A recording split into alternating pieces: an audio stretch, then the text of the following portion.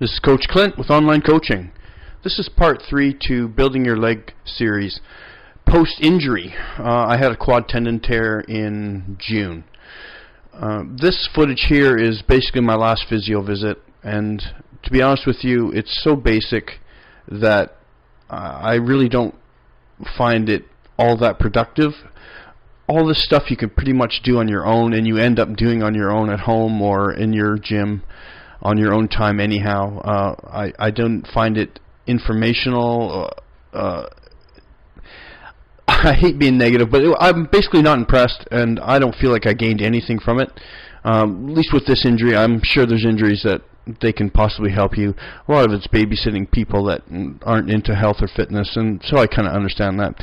That sounds rough, but that's, to be honest, that's just the way it is, and I'd like to shoot straight. So, a few tips that I can give you from my experience that maybe can help with your stuff. And this is my footage in the gym when I still had my knee brace on. So my biggest advice is definitely, it is true, if you train the other side will respond even though it can't move.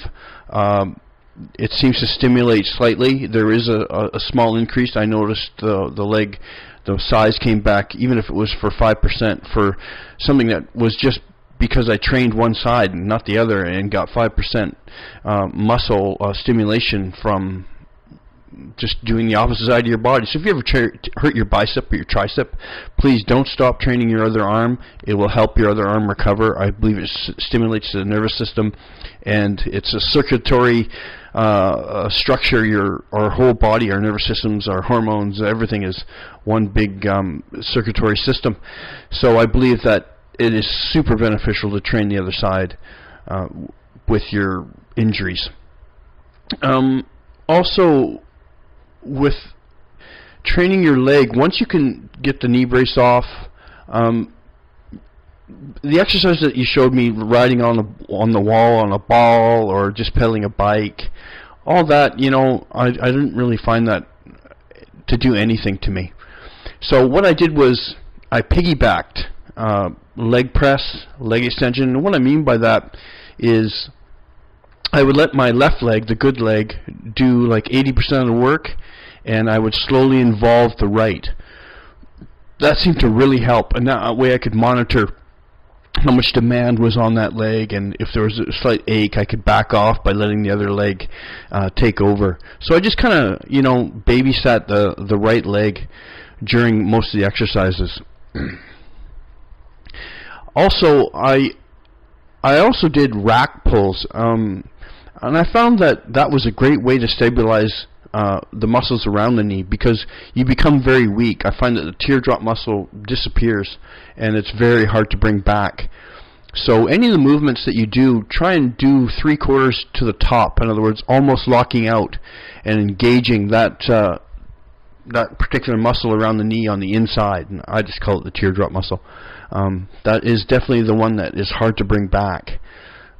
Depth of the movement, take your time on that. I went pretty slow. I still kind of have I can walk upstairs, but not fluently. And also when you're rehabbing that one leg, I noticed that I started walking and piggybacking my right leg off my left. What I mean by that is I would slide my right leg over to my left and keep it close by, and I didn't even realize that until, and no one even told me. Physio didn't tell me that. I had to figure it out on my own. So basically I learned to try and walk with my legs farther apart so that the right leg was independent and had to stabilize and balance myself. Here I'm just wrapping my knee because another thing you're always fearing slightly. I don't know if that fear will ever go away. I'm kind of nervous because I really don't want to go through this again, and so I wrap the knee. Here I am doing rack pulls. That's 500, and I'm 220 in the video, so I'm stabilizing that weight pretty good, even though the knee's wrapped, just for my own mental health. Yeah, that's about it. So take these ideas. These are real world things. I've been doing this a long time. I researched a bit. I used common sense, and at the end of the day, just please use common sense. Keep your form strict. Nurse it along. Try and get over your fear, because you will have fear that you're gonna get hurt again, because it is a half a year experience. This is one of the worst ones you can possibly do. So good luck with that. This is Coach Clint. I wish you all the best with your injuries. But for now, I'm out. Thanks.